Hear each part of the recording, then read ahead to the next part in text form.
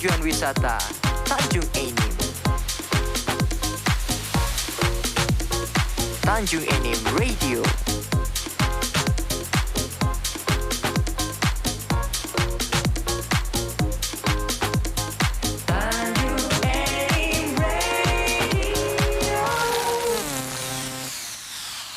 Assalamualaikum warahmatullahi wabarakatuh. Selamat sore para kanci Tanjung Enim Radio. Feni kembali hadir menemani para kanci semuanya di edisi Sedan nih seputar Ramadan di Rabu 20 April 2022. Nih gak terasa ya kita sudah berada di hari ke-18 Ramadan. Semoga buat kalian semua yang ada di luar sana masih tetap menjalankan ibadah puasanya. Nah seperti biasa setiap sore kita selalu kehadiran dengan narasumber yang luar biasa nih. Kali ini saya sudah kehadiran.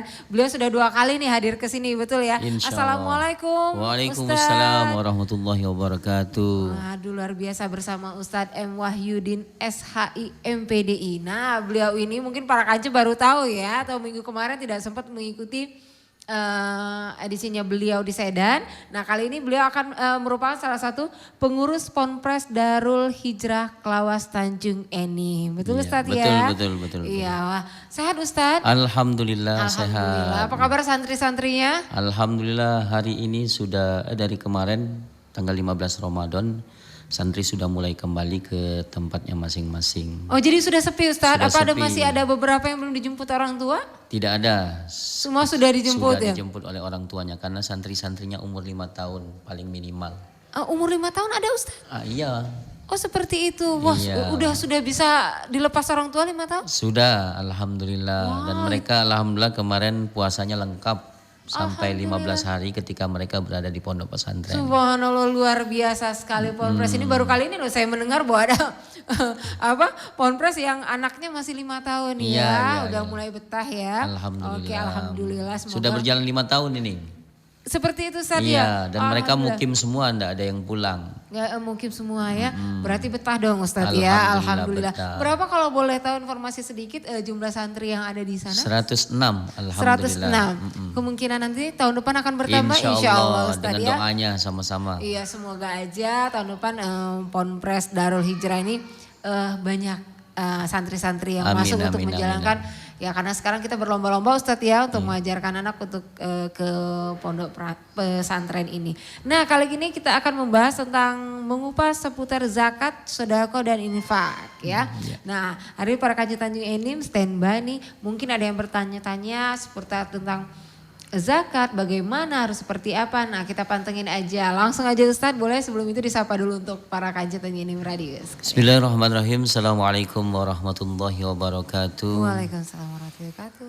Alhamdulillahirabbil alamin wassalatu wassalamu ala asyrafil anbiya'i wal mursalin wa ala alihi wa ashabihi wa man tabi'a hudahu bi ihsan ila yaumiddin amma ba'du. Para kanca Tanjung Enim Radio yang semoga Allah berikan kemuliaan. Segala puji bagi Allah yang telah mempertemukan kita di hari yang mulia ini. Semoga pertemuan kita ini Allah limpahkan rahmatnya, ampunannya serta keberkahannya. Amin ya rabbal alamin. Salawat dan salam semoga tercurahkan pada Nabi dan Rasul kita Muhammad sallallahu alaihi wasallam, keluarganya, sahabat-sahabatnya, para pengikut dan para pengikutnya. Semoga kita semua menjadi pengikut setia Nabi dan Rasul kita Muhammad sallallahu alaihi wasallam, serta semoga di hari kiamat nanti kita akan mendapatkan syafaatnya. Amin ya rabbal alamin. Baiklah para kanca Tanjung Enim Radio yang semoga Allah berikan kemuliaan. Pada sore hari ini kita akan membahas tentang zakat, sedekah dan infak. Sebelum kita membahas ini lebih dalam, kita bahas terlebih dahulu apa zakat secara bahasa. Yang pertama, ketika zakat itu berhubungan dengan zakat zar'u, berarti tanaman itu menjadi tumbuh atau berkembang. Kalau zakat sakhsu, dia mempunyai makna berarti bersih. Berarti seorang itu dengan dia berzakat menjadi bersih. Sama dengan orang kalau dia mengeluarkan zakat berarti bersih juga. Yang dikeluarkan adalah harta, makanya hartanya pun akan menjadi bersih. Jadi kalau kita bisa ambil berarti berkembang dan bersih. Kemudian apa sih secara istilah? Menurut Al-Mawardi, zakat itu adalah istilah pengambilan tertentu dari harta tertentu dengan sifat-sifat tertentu untuk orang-orang tertentu. Jadi luar biasa ini. Jadi yang diambil itu adalah harta tertentu. Tidak semua harta itu bisa diambil. Jadi harta itu sudah ditentukan. Jadi tidak mesti misalnya ini ada mikrofon ini. Mikrofon ini ada zakatnya enggak? Seperti itu. Jadi misalnya ini ada bunga ini ada zakatnya enggak? Enggak, setiap harta itu ada zakatnya. Tinggal nanti perkembangan zakat itu adalah lebih luas lagi. Misalnya bagaimana kalau dia jualan kembang. Nah, berarti bukan kembangnya yang dizakatkan tapi hasilnya. Nanti ada pembahasan yang lebih lanjut lagi. Nah, istilahnya di sini tadi berarti apa? Istilah pengambilan harta tertentu. Jadi ambilan dari sesuatu yang tertentu yang sudah ditentukan dan hartanya juga sudah ditentukan dengan sifat-sifat yang tertentu dan diberikan kepada orang yang tertentu. Sebagaimana di dalam surat At-Taubah itu innamas shadaqatu lil fuqara. Jadi asnafus tsamani. Jadi kelompok yang 8 itu yang pertama fakir, yang kedua itu miskin, kemudian yang ketiga itu ada amil. Amil itu mendapatkan, jadi orang yang mengusahakan untuk orang mengeluarkan zakat. Jadi badan tertentu atau lembaga tertentu atau orang yang menerima zakat itu namanya badan amil zakat. Wal amilina 'alaiha wal mu'allaf. Jadi orang yang mu'allaf juga orang yang baru masuk Islam itu mendapatkan zakat. Jadi wal mu'allafati qulubuhum wa fi sabilillah. Jadi fi sabilillah orang yang menuntut ilmu termasuk fi sabilillah. Guru-guru ngaji itu termasuk fi sabilillah. Dan fi sabilillah ini tidak terikat kaya ataupun yang miskin. Nanti ada pertanyaan, bagaimana dengan janda? Janda mendapatkan zakat enggak? Kalau dia termasuk kategori fakir, maka dia mendapatkan zakatnya. Kalau dia termasuk kategori miskin, maka dia mendapatkan zakatnya. Kalau dia termasuk kategori fi sabilillah, maka dia mendapatkan. Termasuk juga ibnu sabil, anak jalan.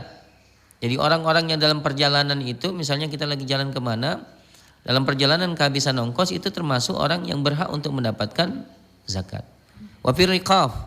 Nah, ini budak. Jadi pada saat ini orang pembebasan budak, memerdekakan budak dan lain sebagainya. Pada saat ini sudah jarang kita temukan dan tidak kita temukan pada saat ini.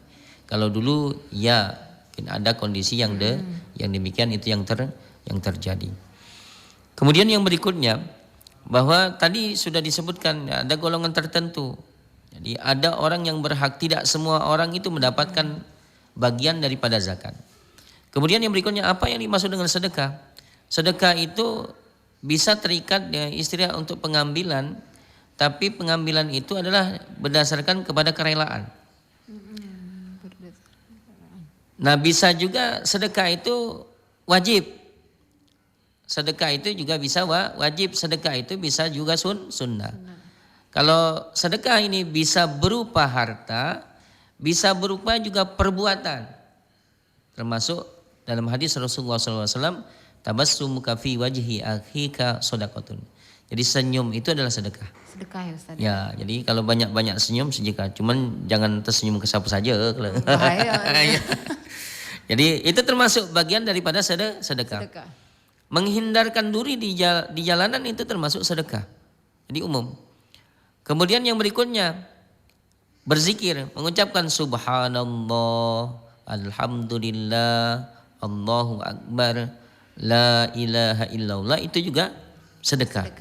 Jadi termasuk itu. Termasuk juga misalnya kita di bulan Ramadan, ayo kawan-kawan kita berangkat ke masjid. Nah, itu mengajak orang untuk melakukan perbuatan kebajikan itu adalah sedekah juga.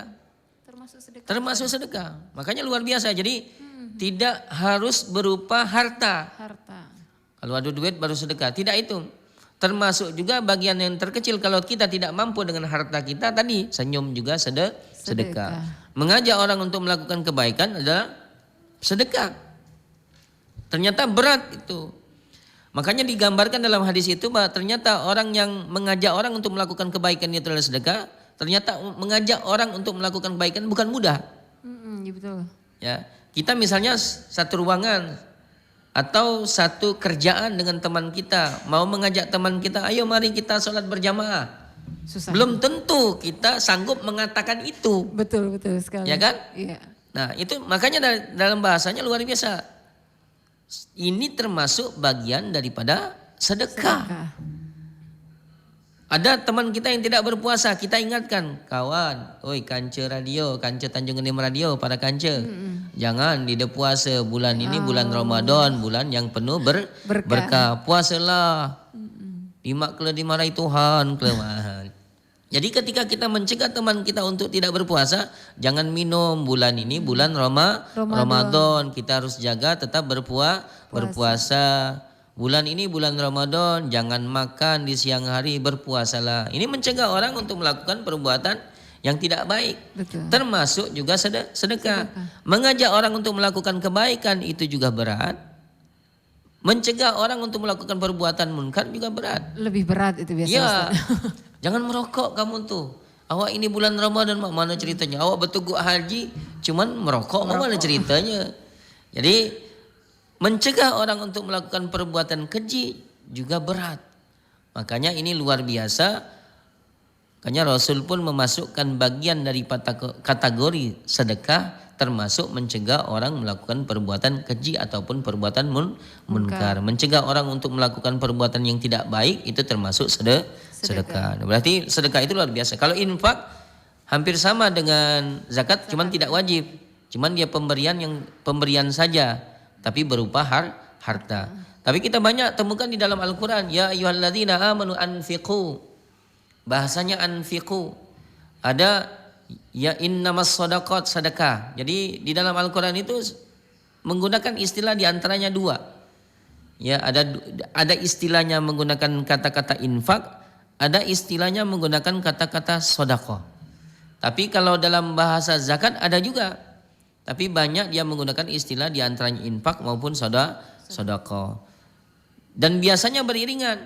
Wa aqimus sholata wa atuz zakah. Jadi di situ ada kewajiban solat dan ada kewajiban zakat. Kewajiban zakat wa aqimus sholata wa atuz zakah.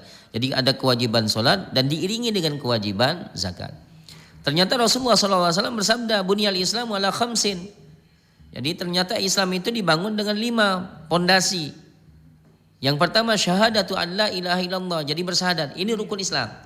Jadi jangan sampai para kanca Tanjung Enim diterti mana rukun Islam. Didenganing menuju diterti, didenganing, tidak nyampai atau mungkin dek nyampai enggak dia atau memanglah disampaikan oleh gurunya cuman dek terti niat.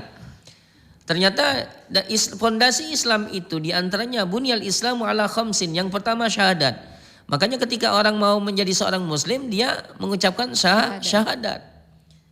Penting enggak? Penting sekali. Ternyata ucapan itu menjadi penting. Ibarat orang itu kalau mau menikah ternyata yang menghalalkan hubungan mereka itu adalah ucapan. Iya. Ya kan? Ucapan. Ternyata ucapan itu sangat berpengaruh. Makanya dalam bahasanya kita sering mendengarkan kata-kata mutiara bahasa Arab. Asratul lisani aslamu min asratil qadami. Ternyata tergelincirnya lidah itu lebih selamat, tergelincirnya kaki itu lebih asratul qadami aslamu min asratil lisan. Jadi tergelincirnya kaki itu lebih selamat jika dibandingkan dengan tergelincirnya lidah. Nah, ini luar biasa. Nah, kemudian yang berikutnya saya sampaikan lagi bahwa berkenaan tentang sedekah ini ya sebagaimana Allah jelaskan di dalam Al-Qur'an wa aqimus salata wa atuz zakah warka'u marrakiin berbiringan juga. Jadi dirikanlah salat dan tunaikanlah zakat. Sebagaimana dalam hadis tadi bunyal Islam ala khamsin. Yang pertama syahadat, syahadatu an la ilaha illallah wa asyhadu anna Muhammadar Rasulullah. Kemudian yang berikutnya apa? Wa iqamis shalah. Jadi ternyata rukun Islam yang kedua adalah salat. Nanti ada pertanyaan berikutnya, bagaimana orang yang berpuasa kemudian tidak salat? Ternyata bagian daripada rukun Islam wa iqamis salat yaitu mendirikan salat. Kemudian yang berikutnya apa? Wa itaiz zakat. Kemudian apa? Wa shaumi Ramadan, termasuk puasa bulan Ramadan. Nah, zakat itu bagian daripada rukun Islam. Dan zakat ini ada 2. Ya, ada zakat harta, ada zakat fitrah. Nah, kalau zakat harta ini banyak macamnya nanti. Nah, termasuk atoyat. Kalau atoyat itu adalah istilahnya adalah gaji. Atau kalau istilahnya al-malul mustafad. termasuk profesi. Jadi orang itu punya profesi misalnya sebagai notaris, ketika dia punya penghasilan apakah diwajibkan untuk mengeluarkan zakatnya? Dia sebagai polisi, sebagai tentara, punya penghasilan enggak? Punya. Sekarang apakah dia punya kewajiban untuk mengeluarkan zakatnya dari apa yang dia hasilkan?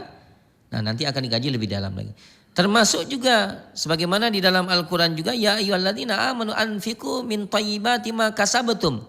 Jadi dari segala sesuatu yang baik yang kau hasilkan, ya min thayyibati ma kasabtum, dari usahamu, wa mimma akhrajna lakum minal ard, termasuk segala sesuatu yang tersembunyi dari bumi ini, kemudian kita keluarkan dari bumi ini, termasuk misalnya karet kan. Karet itu batangnya itu tumbuhnya di bumi atau di langit? Di bumi jelas. Nah, kalau di langit mungkin tidak ada kewajiban. Iya. Karena di sini wa mimma akhrajna lakum minal ard. Jadi segala sesuatu yang dikeluarkan dari bumi, ternyata pohon karet itu akarnya masih tertanam di bumi, tidak tertanam di langit.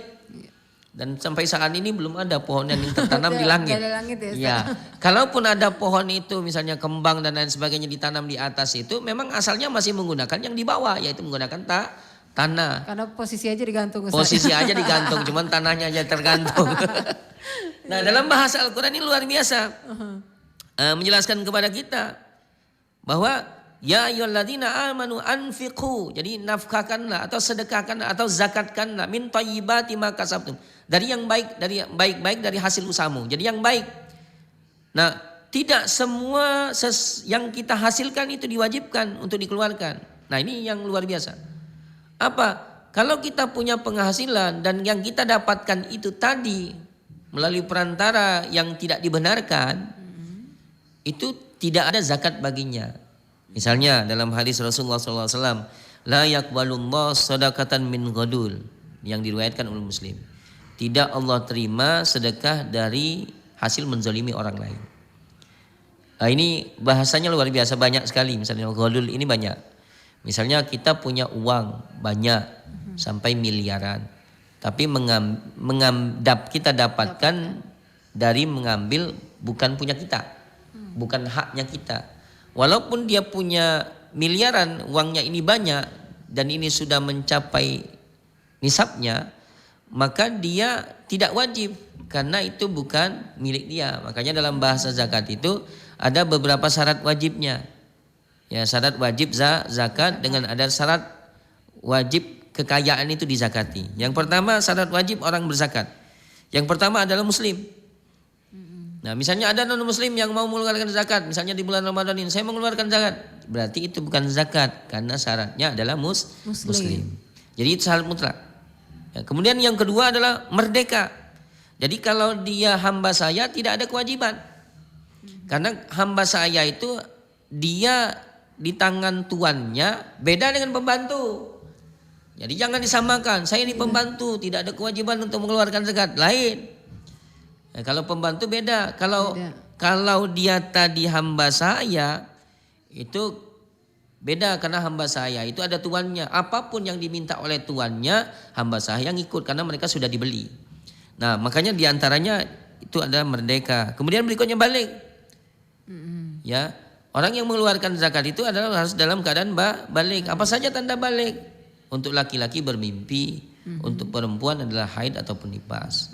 Itu diantaranya. Kemudian yang berikutnya apa?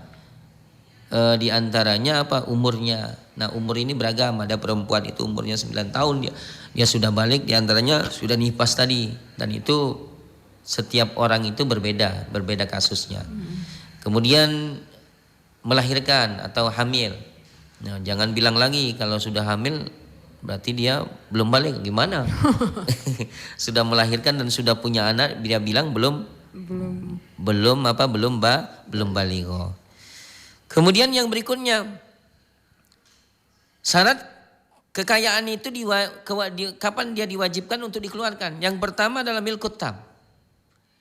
Jadi kalaupun kita punya uang atau emas ini banyak di rumah kita, ada emas, tapi ternyata ketika ditanya emas itu punya siapa? Ternyata emas ini adalah titipan orang. Maka dia tidak ada kewajiban walaupun emasnya itu banyak. Dia punya emas 100 gram. Tapi pada saat ini apakah dia bertanya apakah ada kewajiban saya untuk mengeluarkan zakatnya? Tidak ada kewajiban karena itu bukan punya dia. Walaupun emas itu ada di tangan dia, tapi yang memiliki bukan dia. Makanya dalam istilahnya adalah milkutam, kepemilikan penuh. Kemudian yang berikutnya berkembang. Jadi emas ini tadi berkembang enggak? Nah, ternyata ada sekarang kan bisnis namanya. Orang menyimpan atau nabung emas. Menabung emas, mengumpulkan emas. Nah, berarti apa? Kenapa orang itu mengumpulkan emas, tidak banyak mengumpulkan uang? Karena dari tahun ke tahun itu ada perubahan, itu namanya emas.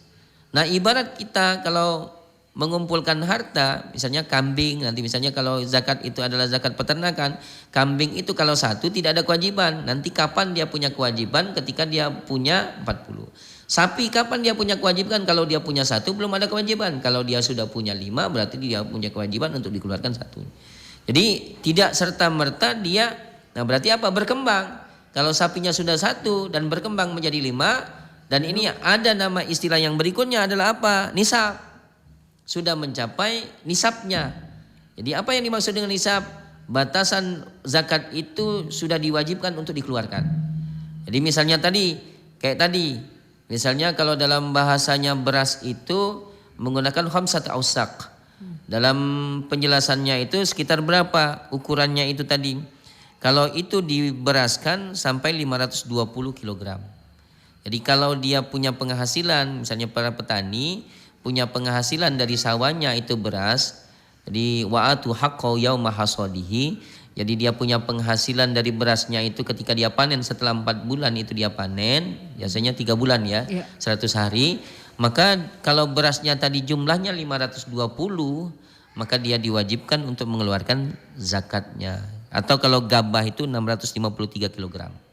Berapa persentasenya? Kalau sawah sekarang kan biasanya menggunakan irigasi dan tidak lepas sawah sekarang itu biasanya menggunakan vitamin, menggunakan obat untuk hama dan lain sebagainya, maka dia bukan 10 kadarnya. Ya, makanya ada kadarnya tentu. Jadi zakat itu ada ketentuannya juga. Kadar tidak semuanya harus dikeluarkan. Jadi berapa yang harus dikeluarkan persentasenya. Nah, ini untuk kalau beras atau zakat daripada gabah itu tadi, dari apa yang dihasilkan dari pertanian tadi berarti berapa? 5 jadi 5%. Kalau 10% itu kalau dia memang murni. Itu tidak dia pakai pupuk, tidak pakai ini dan lain sebagainya. Tapi rata-rata kita ini kalau petani sekarang tidak mungkin lepas dari pupuk, beli ini dan lain sebagainya. Tidak dibiarkan saja bisa mendapatkan hasil beras. Kemudian yang berikutnya hasala ilal haul. Sampai 1 tahun. Jadi kalau belum 1 tahun belum ada kewajiban. Oh, seperti itu. Jadi misalnya dia dapat sekarang uang. Nah nisabnya tadi misalnya kalau ini penghasilan ini istrina dinaron 20 dinar. Atau setara emas itu 85 gram emas. Jadi kalau dia punya emas tadi dia simpan emas itu tadi. Kemudian mendapat emas itu jumlahnya adalah 100 gram. Tadi kan 85 gram emasnya. Dia baru mempunyai kewajiban untuk dikeluarkan zakatnya. Tapi ini tadi sampai 1 tahun. Kalaupun dia punya emas ini adalah 100 gram, tapi belum sampai 1 tahun, kemudian dia uangkan, kemudian dia belanjakan, maka dia tidak ada kewajiban untuk mengeluarkan zakatnya. Nah, ini ada pertanyaan, bagaimana dengan orang ini? Apakah dia tidak akan mendapatkan sanksi dari Allah karena dia pada saat itu dia punya harta sudah sampai kepada nisabnya tapi dia belum sampai 1 tahun. Istilahnya orang tadi kalau dia dapat uang misalnya 100 juta. Kalau diuangkan tadi sudah sampai. Kalau di nisabnya sudah sampai. Dengan uang tadi berjumlah 100 juta itu maka dia sudah ada kewajiban untuk mengeluarkan zakatnya. Tapi belum sampai 1 tahun. Bagaimana orang itu? Apakah ada kewajiban untuk mengeluarkan zakatnya? Tidak. Tapi bagaimana dengan orangnya itu tadi? Apakah dia mendapatkan sanksi dari Allah? Orang itu tidak masuk ke dalam api neraka, tapi dimasukkan ke dalam drum. Drumnya diuntal ke dalam api neraka. Sama aja Ustaz, itu namanya Maya. Nah itu galak ngotain ya. Nah zaman sekarang ini banyak orang galak ngotain. Iya betul. Ya, jadi karena tahu ilmunya tadi kan waktunya. Ayo udah kaget dulu katanya. Nanti aja lah. saya akan keluarkan zakatnya karena belum sampai 1 tahun. Saya belanjakan untuk beli rumah. Ya, saya akan belanjakan untuk beli rumah. Akhirnya apa? Dia tidak mengeluarkan zakat. Nah, itu. Bagaimana dengan orang itu ya? Ya itu tadi yang saya bilang tadi. Orang itu tidak masuk api neraka, tapi dimasukkan ke dalam tong, dimasukkan dalam drum, drumnya diuntal ke dalam api neraka. Sama aja Ustadz, jalannya aja yang berbeda. Kemudian yang berikutnya hutang.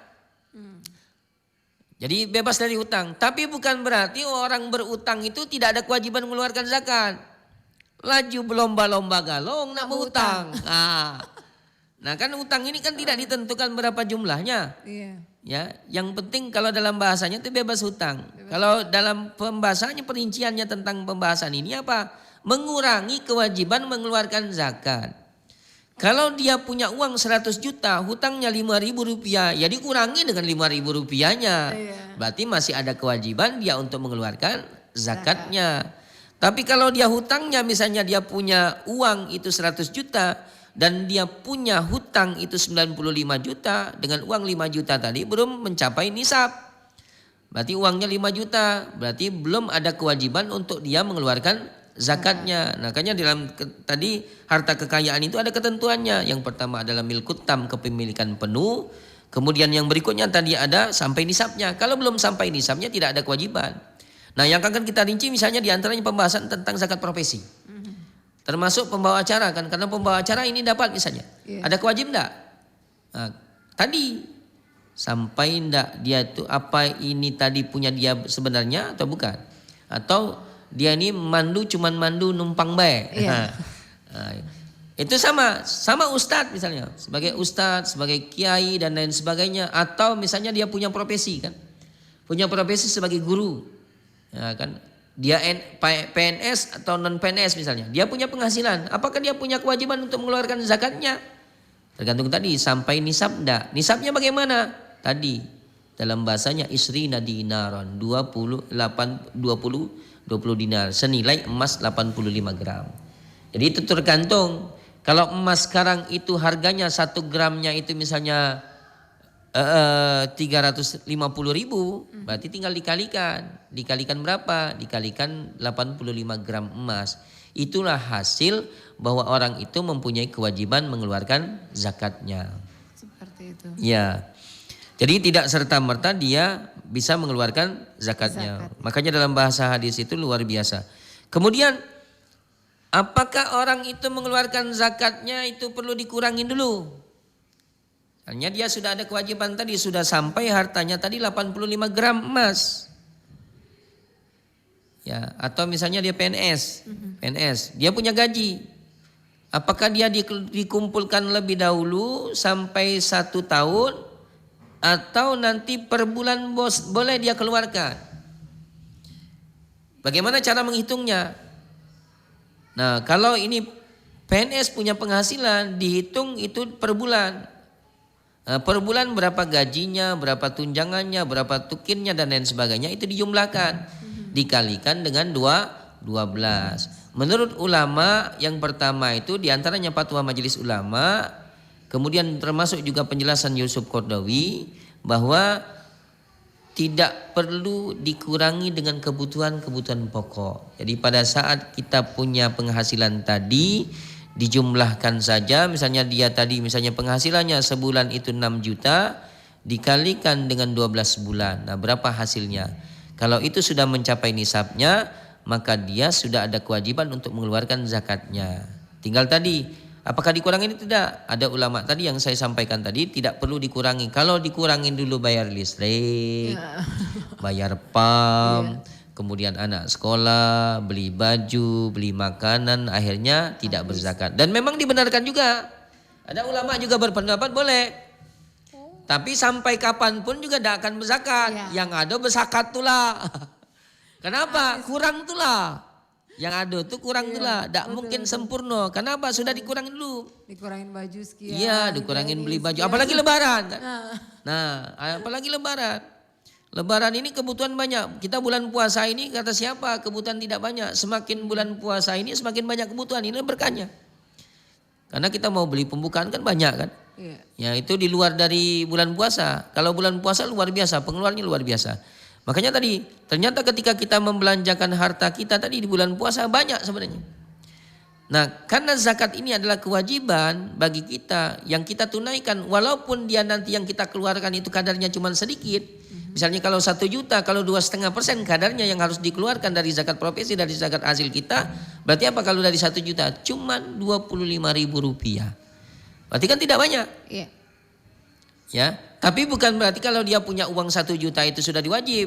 Berarti tadi dalam bahasanya tadi kadarnya tadi ketentuannya tadi sudah mencapai nisab 85 gram emas tadi. Kalau dia punya penghasilan tadi selama 12 bulan, kemudian dikalikan dengan apa yang dia hasilkan per bulan itu tadi sudah dapatkan, berarti tinggal dia kurangin saja. Dari 6 juta tadi sudah ternyata dihitung dikalikan 12 bulan itu sudah mencapai nisabnya, berarti dia boleh dikurangin tadi untuk dikeluarkan sebagian daripada 6 juta tadi, biar hartanya juga bersih, kemudian dirinya juga bersih, keluarganya juga bersih, dia keluarkan 2,5%-nya. Berarti kalau 6 juta ya tinggal dikalikan. Berarti kalau 1 jutanya 25.000, 25.000 kali 6 berarti 150.000 rupiah per bulan. Berarti tiap bulan nanti tinggal dia keluarkan 150.000 rupiah. Nanti bulan depan 150.000 rupiah. Dan ada juga solusi untuk kita yang dia punya penghasilan tidak menetap. Nah, menurut perhitungannya sudah mencapai nisab. Tapi bagaimana dia ini mendapatkan sesuatu banyak yang min haitsu la yahtasib, yang tidak terduga. Ada caranya, sediakan kotak amal.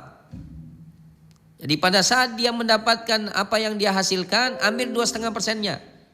Oh seperti itu. Nah, jadi bikin kotak amal di rumah. Kemudian misalnya dia dapat 200.000 rupiah, berarti apa? 2.500 kan 100.000-nya, berarti apa? Ambil 5.000 rupiah masukkan dalam kotak amal. Kemudian misalnya dapat 1 juta, ambil 25.000 masukkan kotak amal. Ketika sudah sampai ujung bulan, berarti apa? Ini berarti apa? Zakat. Yang sudah kita inikan. Nah bukalah kemudian berikan. Nah ini godaannya luar biasa. Kalau 1 tahun biasanya banyak ini. Banyak ini kumpulannya. Kayaknya mau beli ini deh. Nah Aduh ada diskon deh ini kayaknya. Jangan tidak jadi katanya ini Wawan banyaknya. Nah itu godaannya. Tapi ini luar biasa. Dengan kita mengumpulkan ini upaya untuk mengumpulkan apa yang kita hasilkan dari harta kita. Semoga Allah berikan keberkahan. 2,5% yang kita langsung ambil. Karena min haitsu la yahtasib itu lebih banyak. Ya, min haitsu la yahtasib, segala sesuatu yang kita dapatkan min haitsu la yahtasib itu banyak. Kita ambil 2,5%-nya. Baru nanti pada saat akhir bulan kita kembalikan, kita serahkan bisa langsung ke orangnya atau ke badan amil zakat. Jadi boleh. Nah nanti pada saat ujung atau misalnya di akhir tahun boleh enggak? Boleh, biar lebih ringan. Karena dalam penjelasan firman Allah tadi, wa atu haqqo yauma hasadi. Jadi kalau petani itu kapan dia panen? Kapan dia memberikan hasil dari panennya? Ketika dia panen dia kasihkan. Nah kalau pegawai negeri atau pegawai swasta dan dia punya hasil, itu dia biasanya bulanan. Berarti kapan dia memberikan zakatnya? Lebih ringan, diantaranya ketika dia sudah mencapai nisabnya, dia ambil saja 2,5% dari hasilnya. Tadi kalau gambarnya adalah 6 juta, berarti 150.000 rupiah dia keluarkan setiap bulan. Kalau dikalikan 150.000 rupiah setiap bulan, berarti kalau sudah 10 bulan sudah 1,5 juta.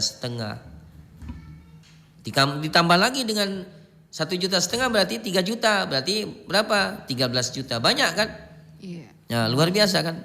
Nah, bukan 13 juta, berarti 1,5 juta berarti 1,800. Berarti banyak kan yang dihasilkan dari apa yang dia kumpulkan dari zakatnya tadi dan bisa dia tunaikan dari apa yang dia dapatkan dari zakatnya. Kemudian yang berikutnya, apa sih sanksi bagi orang yang tidak mengeluarkan zakat?